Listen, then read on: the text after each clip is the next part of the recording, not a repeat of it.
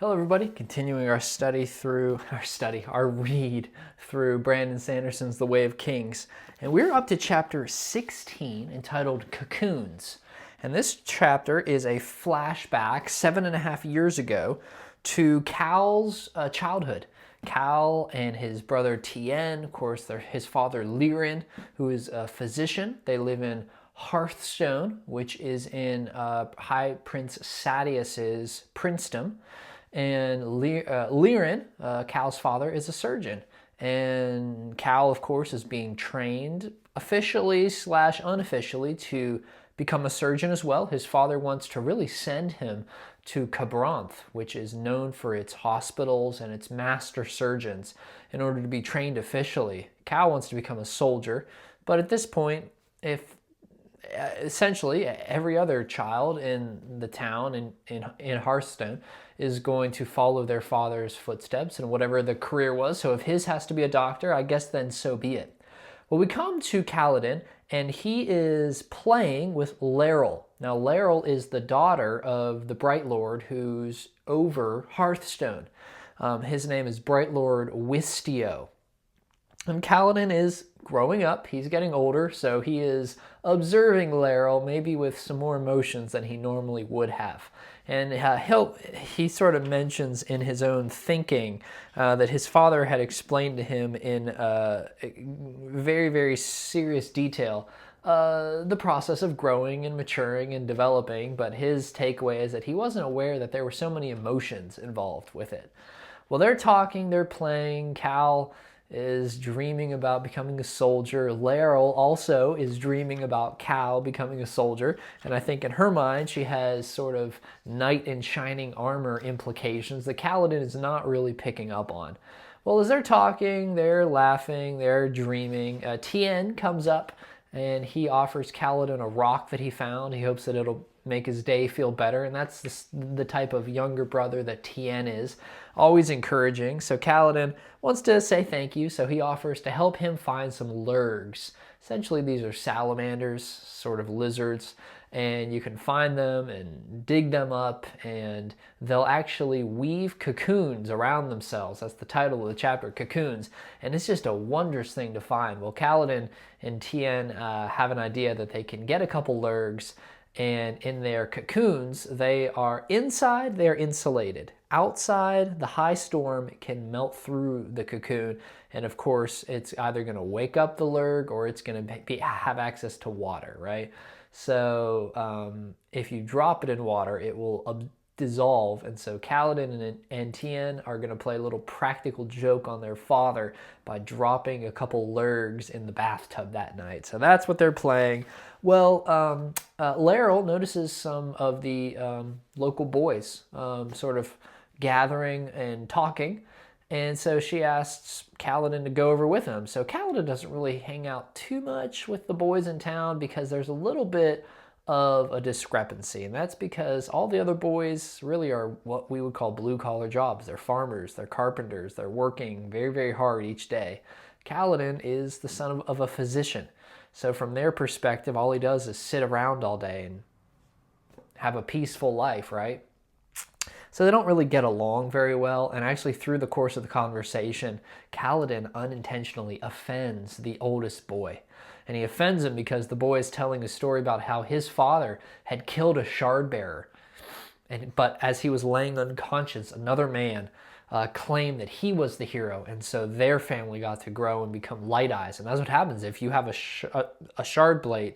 A Shardblade, you actually become a Light Eyes. The magic of the Shardblade transforms your physiology into actually a Light Eyes. And so the goal is, and this is one of the tenets of Vorinism, the religion of Alethkar, that you can ascend and anyone can improve themselves. It's one of the tenets, and the Shardblade is the way that you can really move forward in your station for your family. Well, Kaladin and Laeral sort of are almost snickering at this story, and Laeral says, "You really think your father killed a shard bearer?" And Kaladin tries to offer a logical reason for why the boy's father may have thought that. He says, well, maybe after the battle, your father was dehydrated and maybe he had hallucinated the whole situation. Not the right thing to say. The boy challenges him to a little duel with a quarterstaff, and he essentially immediately attacks him as soon as Kaladin picks up his own staff. They're whacking each other. They're trying to, obviously they're having a little bit of a fight here. And Kaladin feels something holding this quarterstaff. As far as he's concerned, this weapon, the first time he's ever held it, he feels this sort of rush of power come upon him, and he's never experienced this before, and actually kind of holds his own. He eventually gets tackled by the older boy, and because he's so much bigger than Kaladin, he's going to lose the fight. Laeral had walked away at this point. Not really. Kaladin's sort of disappointed. He's embarrassed that she saw him lose. He's feeling hurt because this fight sort of roughed him up a little bit, specifically lost his breath. But as sort of the whole crowd dissipates, the boys wander off, Kaladin reaches out and says, hey, will you teach me how to fight? Because you're a farmer, your father's taught you, he was a soldier. And the boy turns around and says, I can't train not that I wouldn't want to, but you're the son of a physician, and I can't ruin the physician's hands by getting them all hard and calloused. So Kaladin wanders back to his father's house, goes into the surgery room where his father is normally always at. Only this time it's a little different. His father is sitting quietly by himself in a dark room, the surgery room. And Kaladin's like, Dad, are you okay? And his father responds, Bright Lord Wistio has been carried by the winds. Kaladin knows exactly what he means. He's dead? What happened to him? His father Lirin says he's always been frail, but the Almighty calls all men back to the spiritual realm eventually. And so he is passed, meaning that Hearthstone is going to be getting a new Bright Lord, going to be sent from those in Kholinar, which is the capital of Alethkar, essentially the king, who's Gavilar Kholin, in Kholinar, his capital city. Is going to be sending a new Bright Lord. And of course, this Bright Lord that's passed away, that is Laeral's father. So Kaladin's like, what is going to happen to her? What's going to happen to us? This is crazy. Bright Lord Wistio has always been here. But Lirin, he shows Kaladin something truly unexpected. He pulls off like a cover from a jar, and inside the jar are a ton of diamond bromes, essentially diamond coins.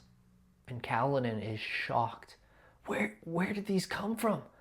And Lirin says, before Bright Lord Wistio passed, he wanted you to have these so that you could go and become officially and masterfully trained in Kharbranth.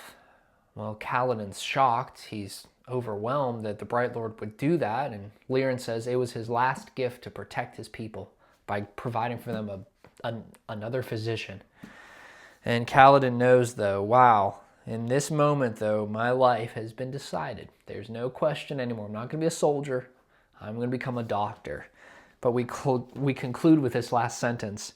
But that one moment, holding the quarterstaff, saying to him, a single moment of clarity in an otherwise confusing world. Chapter 16, Cocoons. A little glimpse into continually figuring out who is Kaladin. What has led him to where he is now as a bridge member, running on bridges, trying to restore Bridge 4, encourage these men, give them something to fight for. Well, he has a background. He has a home that he grew up in. As a physician, he has a family that loves him. But here, Bright Lord Wistio has died. They're going to get a new Bright Lord over the village, and he has been given a jar full of diamond bromes, essentially, to pay for his future training. So we'll see where we go from here. Thank you so much for watching. If you could like and subscribe, that would be huge to help the channel continue to grow. We'll continue our read through Brandon Sanderson's The Way of Kings. We'll catch you on the next video.